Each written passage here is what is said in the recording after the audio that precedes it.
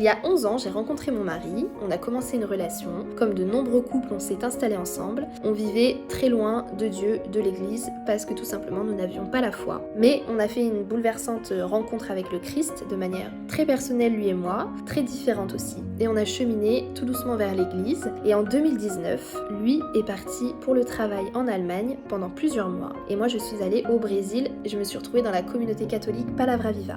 Ce voyage nous a permis de discerner et de réfléchir à nos choix de vie en particulier. Là-bas, j'ai senti un appel fort de Dieu à vivre dans la chasteté. J'en ai parlé à mon mari et étonnamment, il était d'accord. À mon retour, il m'a demandé en mariage et on a décidé de déménager, de vivre dans 2 appartements différents et de vivre nos fiançailles dans l'abstinence de rapports sexuels jusqu'au mariage. Donc c'est un appel fou, particulier et très hors du temps. Ça a été des combats, ça n'a pas été tous les jours facile, d'autant que c'était le Covid et qu'on a dû reporter notre mariage. Nos fiançailles ont été longues, mais qu'est-ce que c'était incroyable. Notre relation s'est totalement renouvelée, transformée, renforcée. On a témoigné à énormément de personnes. Certains ont été intrigués, d'autres ont été touchés. Finalement, c'est pas si fou que ça intéresse et ça questionne. On savait que Dieu nous donnerait sa bénédiction et le jour de notre mariage a été incroyable. Nos corps se sont retrouvés, c'était 1000 fois plus beau. Et il faut savoir aussi que derrière, on m'a détecté une maladie qui potentiellement me rendrait infertile. Les médecins me disaient qu'il serait difficile que j'aie des enfants. Ça n'a pas été le cas. La grâce de Dieu a surabondé. On est aujourd'hui parents de 2 bébés.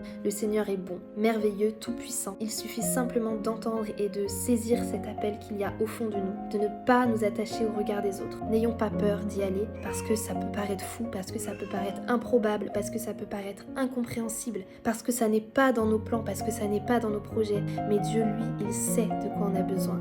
Il sait ce qui est bon pour nous. Même si on ne comprend pas tout, allons-y et on verra.